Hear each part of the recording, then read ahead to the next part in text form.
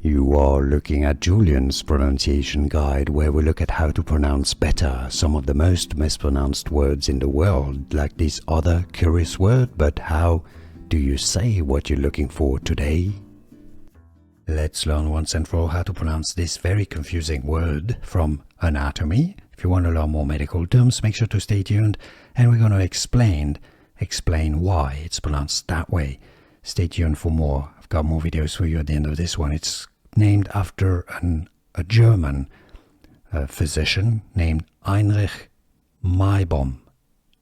M-E-I-B-O-M, Meibom. Yeah, that's how you pronounce it in German.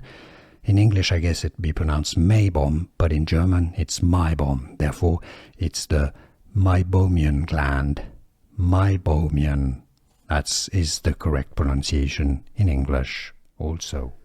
Here are more videos on how to pronounce more confusing words and names too many mispronounced. Like this video if you found it useful. I appreciate your support. I'll see you soon, and thanks for watching.